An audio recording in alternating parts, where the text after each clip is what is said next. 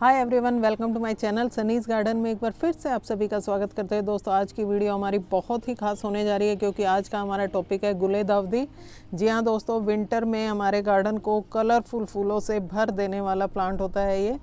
तो आज की इस वीडियो में हम इसके बारे में कंप्लीट इन्फॉर्मेशन लेंगे। इसको प्रोपोगेशन से लेकर इसमें हैवी ब्लूमिंग किस तरीके से लें, कौन सी खाद इसमें दें और कौन सी बीमारियां इसमें आती है जिससे हमें इसको बचाना है और किस किस तरीके से हम इसको बचा सकते हैं। तो कंप्लीट इन्फॉर्मेशन के लिए वीडियो को पूरा देखें और अगर वीडियो अच्छी लगी तो प्लीज़ इसे लाइक करें, शेयर करें और हाँ, अगर अभी तक आपने मेरे चैनल को सब्सक्राइब नहीं किया है तो प्लीज़ इसे सब्सक्राइब करें ताकि इसी तरह से नई नई वीडियो मैं आपके लिए लाती रहूँ।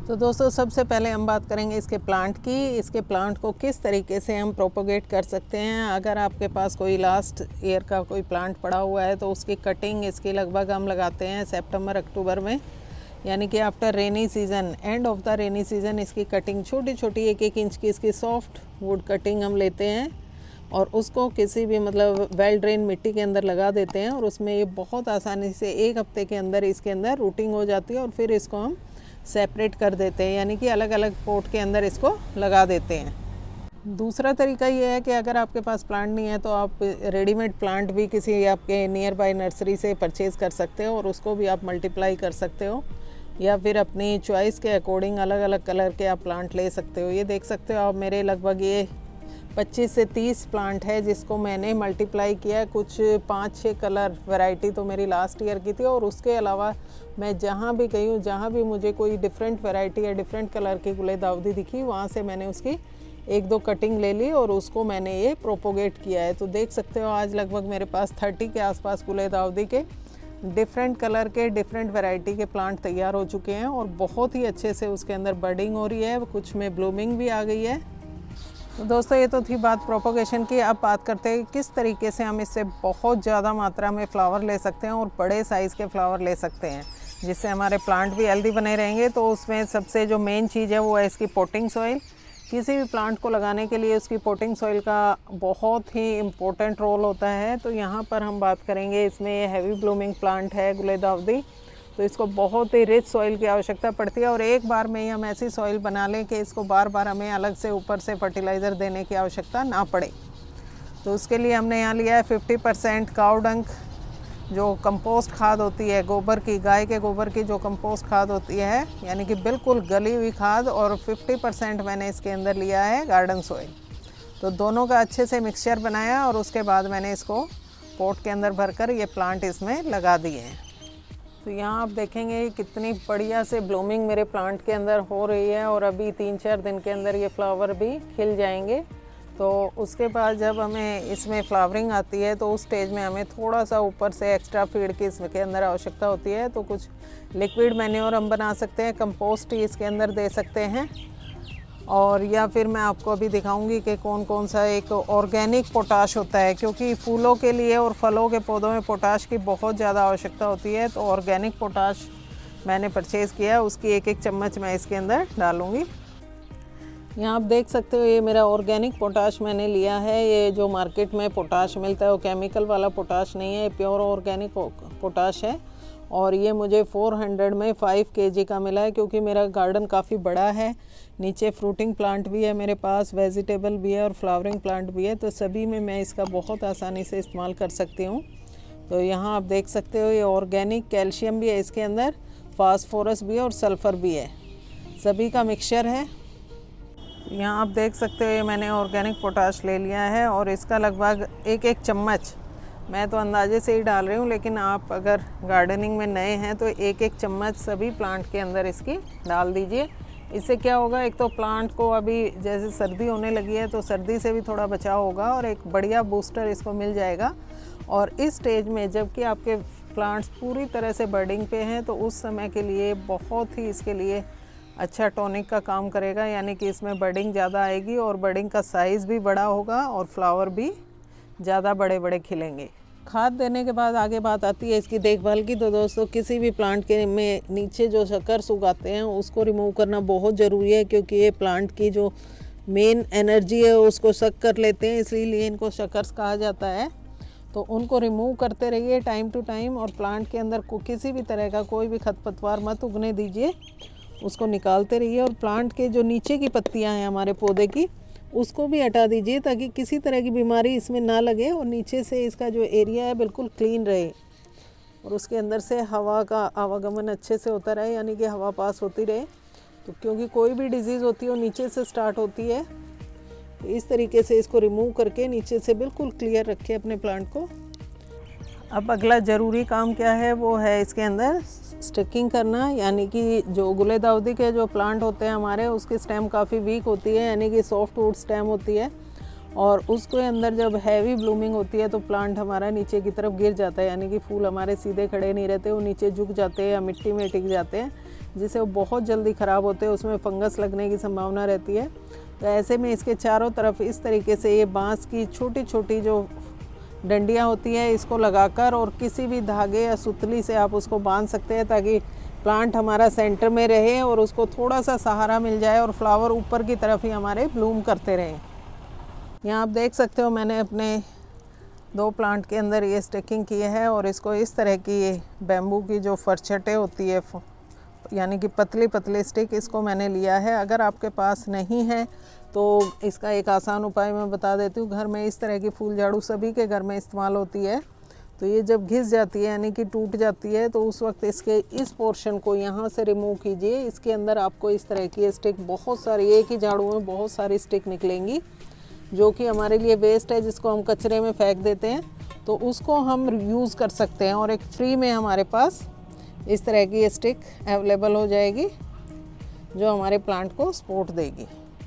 और अब बात करते हैं हम अपने प्लांट की देखभाल की, यानी कि कौन कौन सी बीमारियां जिससे हमें अपने प्लांट को बचाना है और इसको लंबे समय तक फूलों से भरा हुआ रखना है। तो यहाँ देख सकते हो इसकी एक सबसे कॉमन बीमारी यही है, ये छोटे छोटे जो मच्छर होते हैं, यानी कि इसको चेपा रोग भी बोलते हैं, कुछ लोग इसको आल भी बोलते हैं, जो सरसों के अंदर ये काले रंग का होता है और गुलेदाउदी में ये काला और हरा दोनों तरह का होता है।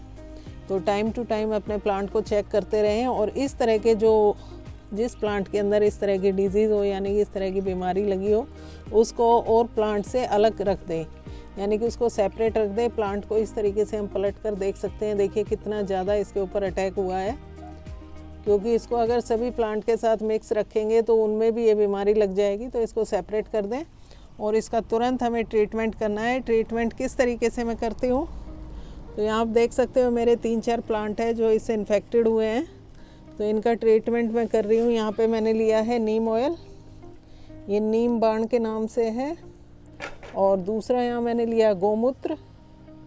आप पैकिंग का या आपके आसपास कहीं गाय है तो उसका आप मूत्र ले सकते हो। और तीसरी चीज़ है मेडिकल शैम्पू या कोई भी शैम्पू आप ले सकते हो, क्योंकि ये मेनली होता है इसको डाइल्यूट करने के लिए नीम ऑयल को।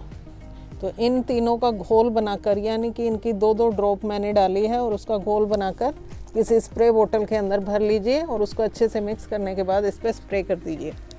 और कई बार क्या होता है कि बीमारी इतनी ज़्यादा बढ़ जाती है कि ऑर्गेनिक चीज़ों से कंट्रोल नहीं हो पाती है, तो उसके लिए फिर हमें ऐसी अवस्था में, वैसे तो मैं अभी ये ऑर्गेनिक तरीके से इसको कंट्रोल करूँगी, लेकिन जब बीमारी हद से ज़्यादा बढ़ जाए और कंट्रोल में ना आए तो उस वक्त मैं इस्तेमाल करती हूँ ये साइपरबुल का। इसकी 2 से 3 ड्रॉप मैं डालती हूँ 1 लीटर के अंदर और उसके बाद इसको मिक्स करके इसका स्प्रे मैं कर देती हूँ। और इसका मुझे बहुत अच्छा रिज़ल्ट मिला है। मेरे जो सेम के प्लांट है, यानी कि सेम की जो बेल है, उसके अंदर भी ये डिजीज़ बहुत कॉमन है, बहुत जल्दी उस पर अटैक होता है इस तरह का। तो उसके ऊपर मैंने 2 बार स्प्रे किया और मेरी वो बेल बिल्कुल बीमारी से फ्री हो गई है, यानी कि एकदम साफ़ सुथरी हो गई और बहुत अच्छी ग्रोथ उसके अंदर चल रही है। तो यहाँ आप देख सकते हो कि कितना ज़बरदस्त अटैक हुआ है मेरे इन प्लांट के ऊपर इसका। अब मैं इसके ऊपर स्प्रे कर रही हूँ ताकि ये बिल्कुल अच्छी तरह धुल जाए। बस स्प्रे करते वक्त हमें ध्यान रखना है कि पत्तियों के नीचे ख़ास तौर पर, या उनके नीचे की तरफ ये चिपके होते हैं, तो नीचे ऊपर सभी साइड से उसको अच्छे से हमें क्योर करना है, क्योंकि ये धुलने के बाद 1 दिन तो इनको लगता है, लगातार आप 2 से 3 दिन इसके अंदर स्प्रे कीजिए तो बहुत आसानी से ये रिमूव हो जाएंगे। रिमूव क्या होंगे, मर जाते हैं और उसके बाद प्लांट को हमें साफ़ पानी से धो देना है और प्लांट हमारा बिल्कुल हेल्दी हो जाता है। बस विंटर सीज़न में यही एक प्रॉब्लम आती है प्लांट्स के अंदर कि हमें उसको थोड़ा सा उलट पुलट कर देखना होता है ऊपर नीचे, क्योंकि ऊपर से हमारा प्लांट बहुत हेल्दी नज़र आता है, लेकिन उसके जब हम पत्तियों को पलट के देखते हैं तो नीचे की साइड में उसमें इन्फेक्शन होता है। यहाँ देख सकते हो आप, ऊपर से कितनी हेल्दी है और नीचे में मच्छर से चिपके रहते हैं जो हमारे प्लांट की सारी एनर्जी को सक करते रहते हैं और प्लांट हमारा ग्रोथ नहीं कर पाता है, या करता है तो बहुत ही कम करता है, कमज़ोर हो जाता है। उसके अंदर छोटे छोटे फ्लावर आते हैं, पूरी तरह से खिल नहीं पाती है बर्ड। अब बात करते हैं इस प्लांट में वाटरिंग की। तो वाटरिंग दोस्तों, इसकी जो पोटिंग सोइल है यानी कि इसकी मिट्टी चेक करके ही हमें इसके अंदर पानी देना है। और हाँ, खास ध्यान देने वाली बात यह है कि जब तक प्लांट के अंदर बर्डिंग है या उसकी वेजिटेटिव ग्रोथ हो रही है, उस दौरान हम इसको अच्छे से वॉश कर सकते हैं, यानी कि ऊपर से पानी छिड़क कर दे सकते हैं। लेकिन जब इसकी बर्ड खिलने लगती है, फ्लावर खिल जाते हैं, तो उस समय हमें ध्यान रखना है कि पानी हमेशा प्लांट को इस तरीके से साइड कर नीचे मिट्टी के अंदर ही देना है, क्योंकि फ्लावर के ऊपर अगर पानी गिरता है तो उससे फ्लावर में पानी रुक जाता है और उसके अंदर फंगस लग जाती है और प्लांट हमारा इन्फेक्टेड हो जाता है, बीमारी से ग्रस्त हो जाता है और फ्लावर भी हमारे जल्दी ही डाउन हो जाते हैं, यानी कि उसके अंदर बीमारी आने के बाद वो जल्दी मुरझा जाते हैं। तो इस चीज़ का हमें खास ध्यान रखना है। और दूसरी चीज़, जब भी पानी दे वाटरिंग करें सुबह के टाइम करें, यानी कि सुबह दोपहर तक हम कर सकते हैं, ताकि शाम होते होते प्लांट की पत्तियों पे जो थोड़ा बहुत पानी हमारा गिरा है वो सूख जाए और उसके ऊपर फंगल इन्फेक्शन ना हो। और लास्ट में अब एक ज़रूरी बात, कुछ लोगों का क्वेश्चन ये था कि भाई किस तरह के पॉट के अंदर इसको लगाएं, यानी कि पॉट का साइज़ कितना होना चाहिए। तो जो गुले दाउदी होता है एक शैलो रूट प्लांट होता है, इसकी रूट जो होती है बहुत ज़्यादा गहरी नहीं जाती है, तो हम किसी भी तरह के इसके जो चौड़े या ट्रे नुमा जो पॉट होते हैं उसमें लगा सकते हैं। लेकिन हाँ, अगर हमें इसके अंदर हैवी ब्लूमिंग लेनी है तो इसको जितना हो सके थोड़ा सा बड़े साइज़ के पॉट में अगर आप लगाएंगे तो ज़्यादा अच्छे से ब्लूम करेगा। क्योंकि छोटे पॉट के अंदर, ये देखिए मैंने 6 इंची के पॉट में लगाया है, तो इसके अंदर जो फ्लावर का साइज़ है वो छोटा हो जाएगा नेचुरल, क्योंकि प्लांट को फूड कम मिलेगा तो उसकी ग्रोथ भी कम होगी और फ्लावर का साइज़ भी छोटा होगा। और जब एक बड़े साइज़ के पॉट के अंदर हम इसको लगाते हैं तो वहाँ पे इसकी ग्रोथ अच्छी होती है और फ्लावर का साइज़ भी बढ़ जाता है, क्योंकि उसके अंदर पोटिंग सॉइल भी ज़्यादा होती है, ज़्यादा मात्रा में प्लांट को फूड मिल पाता है, खाद वगैरह मिल पाता है। तो लगभग 8 इंची के पॉट से लेके और आप इसको 15 इंची तक के पॉट में बहुत आसानी से ग्रो कर सकते हैं। और शैलो पॉट के अंदर इसको अगर लगाते हैं तो उसमें भी बहुत शानदार, बिल्कुल एक बुके की तरह ये तैयार हो जाता है और कई प्लांट उसमें कलरफुल प्लांट हम अपने अकॉर्डिंग अरेंज कर सकते हैं उसके अंदर। तो दोस्तों, ये थी हमारी गुले दाउदी के ऊपर कंप्लीट इन्फॉर्मेशन की वीडियो। अगर वीडियो अच्छी लगी तो प्लीज़ इसे लाइक करें, शेयर करें। और हाँ, अगर अभी तक आपने मेरे चैनल सब्सक्राइब नहीं किया है तो प्लीज़ इसे सब्सक्राइब करें, ताकि इसी तरीके से मैं नई नई वीडियो आपके लिए लाती रहूँ और आपको उसके बारे में कंप्लीट इन्फॉर्मेशन देती रहूँ। Thank you.